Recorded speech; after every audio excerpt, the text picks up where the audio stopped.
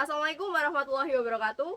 Perkenalkan, nama saya Nova Puspitasari dengan nomor NIM 222180022 dari kelas 3A BGSD. Kali ini saya akan menceritakan dongeng atau legenda yang berjudul dengan Asal Mula Banyu Urip.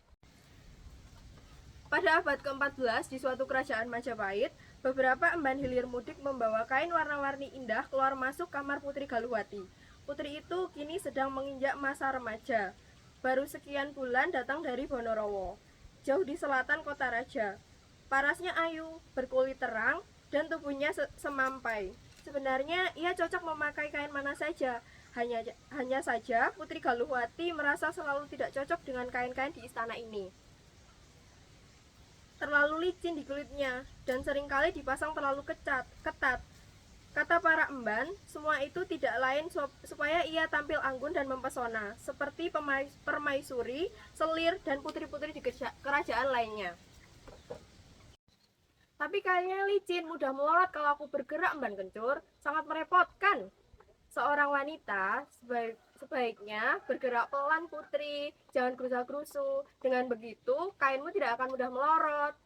Aduh, Kencur, ini ketat sekali. Aku tidak bisa bernafas. Aku juga tidak bisa berlari-lari, Kencur. Seorang wanita sepatutnya juga tidak berlari-lari, Putri. Jika kau membutuhkan sesuatu, kau bisa memanggil kami para emban dan para prajurit untuk melayanimu. Para emban selalu geli mendengar keluhan Putri Galuhwati ini. Memangnya apa perlunya seorang putri keraton berlari-lari? Itu kan pekerjaan prajurit. Jenis kain sutra memang licin, namun itu kain yang indah, lembut, dan sangat pas dipakai oleh para putri keraton yang berkulit kuning langsat. Konon, kain itu hanya dihasilkan di negeri yang jauh di utara, tempat di mana ada ular berkaki yang bisa terbang dan menyemburkan api. Entah bagaimana orang-orang di sana bisa menenun benang-benang itu, sementara hidup mereka terancam bahaya sedemikian rupa. Galuhwati cemberut menatap kembaran dirinya di cermin. Ia dalam hati, dia mengakui kita dan warna-warni kain itu memang membuat dirinya lebih segar dan ayu. Tapi Putri Galuhwati dan kakaknya, Pangeran Jayakusumo, memang baru 3 bulan tinggal di Keraton Majapahit. Selama 15 tahun, Galuhwati dan Jayakusumo dirawat seorang diri oleh kakeknya di Bonorowo. Mendiang ibu mereka adalah Garwo Selir Prabu Hayam Wuruk, namun menolak dibawa ke keraton dan memilih tetap tinggal menemani ayahandanya, salah satunya keluarga yang dimiliki. Garwo Selir Paduka Prabu meninggal saat melahirkan Galuhwati, anak keduanya dengan Raja Majapahit tersebut. Kemudian di luar terdengar suara langkah beberapa orang datang. Ternyata Pangeran Jayakusumo yang berkunjung dikawal 3 orang prajurit dan dua orang para emban. Namun, sebelum emban istana Putri Galuhwati mempersiapkan rombongan itu masuk, pintu mendadak terbuka dan Putri Galuhwati berlari menghambur ke arah kakaknya itu. Pangeran Jayakusumo yang kaget ditabrak adiknya terhuyung ke belakang. Burung gemak yang dibawa dalam dekapannya terlepas terbang, lalu hingga di atas dinding pagar istana Kaputren. Galuhwati, hati-hati. Untung saja aku tidak sampai jatuh. Lihat si Kebro, dia sampai lari ke atas pagar. Hahaha, Kakang Jayakusumo ini ada-ada saja sih. Si Kebro mana bisa berlari? Si Kebro itu burung, dia hanya terbang. Tenang saja, Kakang, aku akan mengambilkannya untukmu. Hehe. Hap. Pangeran Jayakusumo hanya bisa menatap adiknya itu dengan pandangan sebal. Sedari kecil, Galuhwati memang selalu bisa menimpali teguran atau protesnya. Kadang-kadang malah Jayakusumo yang kemudian diminta mengalah oleh kakek mereka, Ki Dalang. Namun, Jayakusumo tidak pernah bisa marah kepada adiknya itu. Bagaimanapun, dibesarkan mereka mengalahkan rasa jengkelnya terhadap kenakalan bocah saat itu. Ampun Putri, pelankan suara tawamu itu. Hamba tidak masalah Putri tertawa, tetapi... Ah iya Emban Kencur, aku paham. Raut gembira Putri Galuhwati mendadak diam serius mengingat hari-hari yang lalu. Sudah 2 kali emban di istana dipanggil oleh emban utama istana. Mereka dinasihati untuk merawat Putri Galuhwati dengan baik, serta menjaga ketentraman istana Kaputren. Putri Galuhwati dengan telaten memandikan dan memberi makan si Kebrok. Dengan senang hati dicarikannya belalang, makanan kesukaan si Kebrok. Sayang di siang hari begini tidak mudah mendapatkan belalang di Taman Kaputren. Sementara itu, Pangeran Jayakusumo dengan senang hati menyantap rujak buah yang disediakan Emban Kencur di pendopo alit. Rujak di istana ini enak sekali, terima kasih. Hamba Raden. Kencur, namamu Kencur? Betul Raden, hamba Emban Kencur. Kau dan adikku berteman baik selama 3 bulan ini ya? Mohon ampun Raden, hamba hanya seorang emban. Hamba hanya melayani kebutuhan si putri. Oh baiklah. Pangeran Jayakusumo tiba-tiba memecah keheningan lagi. Adikku itu apakah betah di sini? Di sini sepi. Banyak keluarga tetapi tidak sekeluarga, aneh.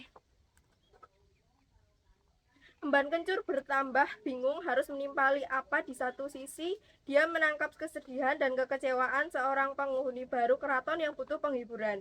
Di sisi lain, apalah kedudukannya sampai diizinkan mengomentari tata kehidupan keraton. Dan apalah arti kata-kata emban sampai bisa menghibur hati anak seorang raja. Bagaimana menurutmu Kencur? Istana adalah pusat rakyat. Keluarga istana beda dengan keluarga umumnya. Keluarga istana memiliki beban yang sangat berat dan yang sangat amat. Maka dari itu, mungkin keluarga dari kerajaan akan berbeda pada umumnya. Mohon ampun atas penjelasan hamba ini, Pangeran. Bagaimana maksudmu Kencur? Mohon ampun Pangeran, hamba hanya seorang emban, hamba tidak mampu untuk menjelaskan itu. Sore itu, baik Pangeran Jayakusumo maupun Putri Galuhwati bersantai dengan hati gembira.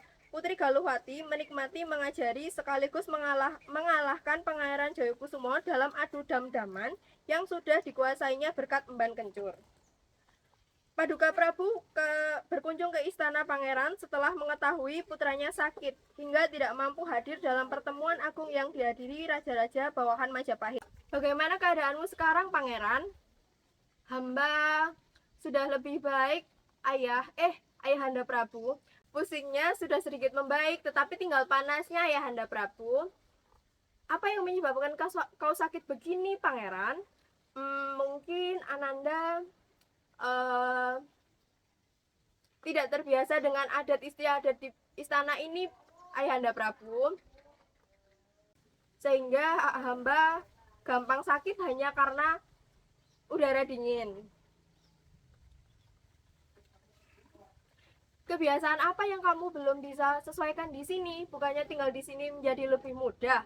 Kau minta apa saja, tinggal minta pada prajurit dan para emban. Kebiasaan apa yang kamu belum bisa sesuaikan di sini? Bukannya tinggal di sini menjadi lebih mudah. Kau minta apa saja, tinggal minta pada prajurit dan para emban. Di sini memang jauh lebih mudah, tetapi apa artinya keluarga jika tidak seperti keluarga dan tidak mempunyai tulus hati?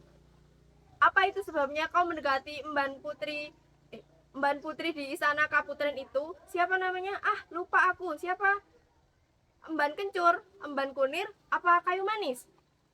Seorang pangeran seharusnya dia memilih wanita yang tepat. Bukannya malah emban itu adalah dia pelayan istana. Aku setuju memperlakukan emban itu dengan baik, tetapi kau sangat kelewatan, Jayakusumo. Apa sebabnya emban Kencur ini kau pindah ke Lasem, Ayah? Apakah sebabnya ini Emban Kencur kau jadikan emban utama, Ayah? Kau seorang pangeran dan ibumu adalah permaisuri. Sebaiknya kau memilih wanita tidak begitu. Bulan depan aku akan menyuruh para pelukis untuk melukis para putri kerajaan untuk menjadi kau pilih wanita yang kau pilih. Kemudian adalah hari-hari yang semakin sepi bagi Putri Galuhwati. Emban tersayangnya sudah tidak di istana Kaputren lagi. Sudah pergi jauh ke pesisir utara Jawa. Kakaknya juga tidak pernah lagi mengunjunginya bersama si burung gema. Sesekali Putri Galuhwati berkunjung ke istana Pangeran Jayakusumo. Namun, kakaknya itu seperti malas menemuinya. Kemudian di suatu hari Kakang Jayakusuma datang dengan mengendap-endap di istana. "Kakang, ada apa?" "Putri, aku ingin pamit kepadamu. Aku harus pergi, harus." Kakang ingin pergi dari istana?" Jayakusuma mengangguk. "Kakang ingin meninggalkanku sendirian di sini?" Pangeran Jayakusuma hanya diam. Dia tahu adiknya membutuhkan penjelasan. Pangeran Jayakusuma membelai rambut Putri Galuhwati penuh kasih sayang, lalu menceritakan kesepiannya di keraton dan kekecewaannya kepada keluarga keraton yang membuatnya patah hati. Lalu Galuhwati berbicara, aku ikut, aku tidak mau sendirian di sini, Kakang. Jangan, kau lebih baik di sini. Aku ikut, Kakang Jayakusuma." Kemudian Jayakusuma terenyuh mendengar isi hati adiknya ini. "Aku ikut, Kakang Jayakusuma. Di sini tidak lebih baik. Tempat kita itu di Bonorowo, bukan di sini. Di sini sepi, Kakang. Aku tidak mau sendirian. Di sini sudah tidak ada alasan lagi untuk kami tinggal di sini." Kakang Jayakusuma pergi dan Ayahanda Prabu, "Aku tidak akan pulang, Galuhwati. Kemanapun Kakang pergi, aku akan ikut. Aku mau ikut, Kakang. Ayo kita pergi." Jayakusuma luluh oleh permintaan Galuhwati. Sejujurnya, bagi Pangeran Jayakusuma memang tidak masuk akal meninggalkan adiknya yang juga kesepian di keraton ini. Bergegas, bekas pangeran dan bekas putri keraton itu meninggalkan istana tempat mereka awalnya menggantungkan harapan untuk berkumpul bersama sosok ayah yang mereka rindukan. Mereka berbalik untuk menatap terakhir kalinya kemegahan istana kerajaan Majapahit. Kemudian, sungguh jauh jarak antara kota Raja Majapahit dengan Bonorowo. Apalagi kini Jayakusuma dan Galuhwati harus berjalan kaki. Berbeda dengan perjalanan mereka ke Istana Majapahit setahun yang lalu. Saat itu keduanya berangkat sebagai pangeran dan putri keraton. Diiringkan dengan para prajurit, dinaikkan dalam tandu, dan sebentar-bentar mereka bisa berhenti di desa mana saja yang penduduknya berebut memberikan pelayanan. "Apakah kau sudah lelah, Galuhwati? Kau ingin istirahat dahulu?" "Tidak, Kakang, aku belum lelah. Nanti saja, kita masih di hutan belantara. Nanti malam saja kita akan berhenti kalau sudah menemui pemukiman warga. Arah kita sudah benar. Kalau kita lewat hutan ini, jaraknya akan lebih pendek. Dan terutama, kita sudah tidak dikejar-kejar oleh para prajurit istana yang mencari kita. Pangeran hilang dan putri hilang." Ketika hari mulai gelap, mereka belum juga tiba di pinggir hutan. Jadilah mereka menginap di dalam hutan. Api unggun yang sedari tadi dibuat telah mati karena kekurangan bahan bakar. Sementara Jayakusuma dan Galuhwati terlelap kelelahan setelah berjalan seharian.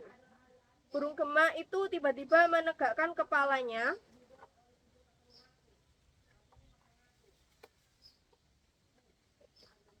Matanya nyalang mencari-cari sesuatu yang membangunkan insting waspadanya. "Kur, kur, kur," bisiknya lirih sambil mengusap-usap lengan majikannya ini. Si Kebro ini menandakan bahwa akan ada sesuatu yang sangat berbahaya. Tetapi Pangeran dan Putri Galuhwati masih tetap terlelap. "Galuhwati, bangun! Galuhwati, bangun! Pergi dari sini, Galuhwati." "Tapi Kakang, cepat pergi." Galuhwati terisak-isak. Dia takut cakar dan taring-taring macan akan mengoyak tubuhnya. Namun dia juga takut. Sekaligus juga takut kakaknya dimangsa macan. Galuhwati lari ke belakang, masuk ke semak-semak hutan. Dia memilih berhenti dan sembunyi di belakang pohon besar yang dahannya melengkung ke bawah. Galuhwati meraih dahan itu dan menaikkan badannya ke atas pohon. Dia tidak mau meninggalkan kakaknya sendirian. Dia tidak mau.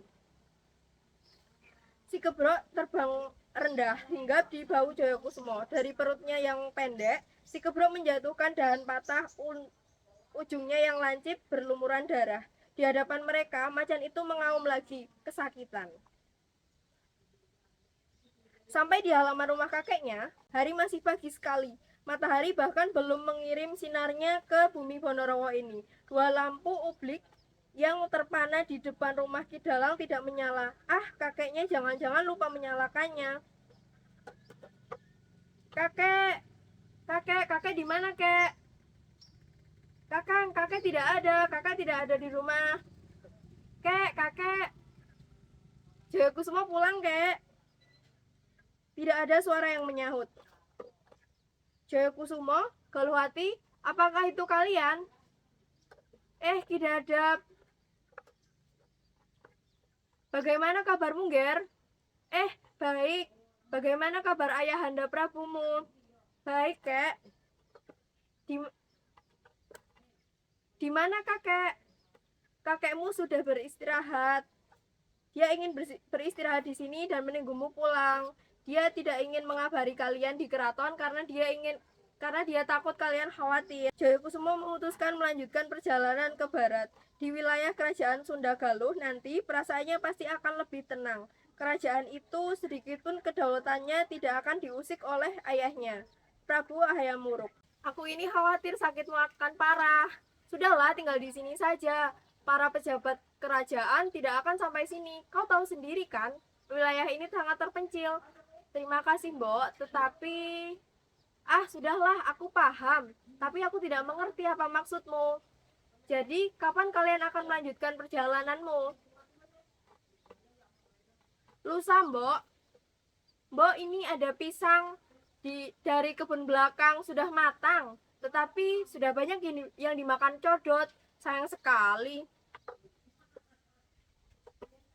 Aku akan membuatkanmu kolak dan sisanya akan kuasap supaya untuk bekal kalian untuk selama perjalanan. Setelah kemarin Jayakusuma dan Galuhwati menyeberangi Sungai Progo yang asat karena kekeringan, kini mereka akhirnya sampai di Samigaluh. Keluar dari Samigaluh, mereka akan memasuki wilayah paling timur kerajaan Sunda Galuh. Orang-orang menyebut wilayah itu Pagaluhan. Akhirnya, lirih Galuhwati, sambil menyunggingkan senyum di wajah yang masih pucat. Jayakusuma dan Galuhwati sampai lagi di tepi sungai yang sangat asat. Aku ingin minum, Kakang. Aku juga sangat haus. Sayang sekali, di sini kering dan airnya kotor. Kita naik, mungkin nanti di atas ada tumbuhan tebu yang liar. Galuhwati, kau masih pucat. Aku lelah, Kakang. Naik sungai seperti naik rakit, memang lebih enak. Napas Galuhwati terengah-engah. Mereka akhirnya memutuskan duduk sejenak di bawah pohon. Sejenak menyeberangi sungai Watukoro, Jayakusuma memutuskan untuk menggendong adiknya di punggung sepanjang perjalanan mereka. Galuhwati sebetulnya keberatan, kakaknya pasti sudah lelah berjalan sejauh ini. Dia masih harus bersabar dengan Galuhwati yang memperlambat perjalanan karena sering jatuh sakit. Dan kini malah kakaknya yang harus menggendongnya sepanjang jalan. Sampai seberapa jauh lagi kita akan berjalan, Kakang? Bukannya ini sudah bukan bumi Majapahit lagi? Nanti kita akan tahu dengan sendirinya. Kita sudah berjalan kaki seberapa lama ya, Kakang? Entahlah, aku tidak menghitung-hitungnya. Sepi sekali daerah ini, Kang. Kering, Galuhwati. Kekeringan yang menyebabkan seperti ini. Lihatlah, pohon pisang itu. Batangnya kering, dan lihatlah, rumputnya itu juga kering. Pantas saja pasar itu tutup. Daerah ini pasti akan tumbuh subur jika musimnya baik. Aku haus. Lihatlah, di depan ada rumah warga. Kita minta ke sana ya. Di punggung kakaknya, Galuhwati mengangguk lemah, lalu terkuisi. Sementara Jayakusuma merasa bobot adiknya semakin lama semakin berat. Selendang yang melindungi kepala Galuhwati dari panas matahari pun sekarang malah melorot. Benarkan selendangmu, Galuhwati, nanti kamu kepanasan. Galuhwati. Namun tidak ada jawaban. Jayakusuma yang curiga lalu menghampiri pohon beringin di tepi jalan. Dengan hati-hati, dia menurunkan putri Galuhwati lalu bertanya, Galuhwati, Galuhwati, kau baik-baik saja? Jayakusuma panik. Dia raba kening Galuhwati, namun suhu badannya normal. Jayakusuma lantas membopong Galuhwati di depan badannya, sementara si Kebrok gantian digendong di punggung bersama bekal mereka. Langkah Jayakusuma bersecepat menuju rumah-rumah penduduk, namun belum jauh langkahnya limbung dan Jayakusuma jatuh terduduk. Kakinya yang tadi terasa sakit, kini kebas. Dia menangis terseduh-seduh, merasa bersalah membawa adiknya berjalan sejauh ini. Seharusnya dia tidak memaksakan kemauannya sendiri untuk pergi dari Majapahit. Jayakusuma menurunkan Galuhwati di bawah pohon yang teduh, kemudian mencoba berdiri. Hanya ditemani sekebrok Jayakusuma mencari bantuan. Ki, Aki, tolong saya Ki, saya butuh air. Tetapi tidak ada jawaban dari warga itu. Nyi, Anyi, tolong saya Nyi. Adik saya pingsan. Adik saya butuh air. Kemudian warga menjawab, tidak ada air, di sini kekeringan. Begitu pula yang Jayakusuma temui, kemudian mereka mengaku tidak punya persediaan air yang tidak bisa dibagikan. Wilayah ini keterlaluan keringnya. Kemudian Jayakusuma pun terlelap. Dalam mimpinya, Jayakusuma ditemui oleh seorang kakek, Ki Dalang. Jayakusuma, iya kek, besok para utusan akan menjemputmu ke keraton. Iya. Iya. Apakah kakek benar-benar tidak akan ikut? Tidak. Tidak. Sudah cukup kakek merawatmu. Sudah 15 tahun. Kau sudah besar. Jagalah Galuhwati. Kemudian Jayakusuma terdiam. Murung. Kakeknya kemudian mengangsurkan sesuatu kepadanya. Keris panu biru untukmu Jayakusuma, kakekmu ini sudah tidak memerlukannya lagi. Gunakan ini untuk yang baik-baik ya Jayakusuma. Keris ini adalah keris yang sudah menyelamatkan nyawa keturunan kami. Makalah kamu jaga keris ini dengan baik-baik Jayakusuma. Kakekmu sudah tidak memerlukan lagi. Kemudian Jayakusuma terbangun dari mimpinya. Lalu dia mengingat-ingat mimpinya itu apa. Kemudian Jayakusuma tiba-tiba dia masih terheran-heran dengan mimpinya barusan. Bukan mimpi, sebenarnya itu seperti peristiwa yang diputar ulang dalam ingatannya. Setahun yang lalu, satu hari sebelum rombongan prajurit dan emban menjemputnya untuk tinggal di istana. Kemudian Jayakusuma bangun dan mengambil keris panu biru. Ditariknya keris itu dari Warangkis yang menyelubunginya. Ini keris yang kata kakeknya yang telah menyelamatkan nyawa keturunan keluarga mereka. Tapi sekarang, apa yang harus dia lakukan dengan keris ini? Yang dia butuhkan adalah air. Jayakusuma kemudian bingung, bercampur dengan kesal. Dia ingin bangkit dari tempat duduknya, namun sulit sekali mengangkat tubuhnya sendiri. Antara sadar dan tidak, tangannya yang menggenggam gagang keris ini menancapkan keris itu ke tanah untuk menopang berat tubuhnya agar bisa bangkit. Apa yang terjadi kemudian menancap tanah itu basah dengan sendirinya. Lalu lama-lama percik air ini semakin banyak keluar dari bekas tancapan keris itu. Bekas tancapannya pun semakin lama semakin melebar dan dalam. Tanpa banyak pikir, Jayakusuma menampung percikan air dengan tangannya lalu menyorongkan ke mulut Galuhwati. Dia masih menadai air lagi untuk diusap-usapkan ke wajah adiknya itu. Kemudian Galuhwati terbangun dan, air! Iya Galuhwati, sekarang ada banyak air. Ayo kamu bangun, kamu harus minum sendiri Galuhwati. Aku akan menolongmu bangun.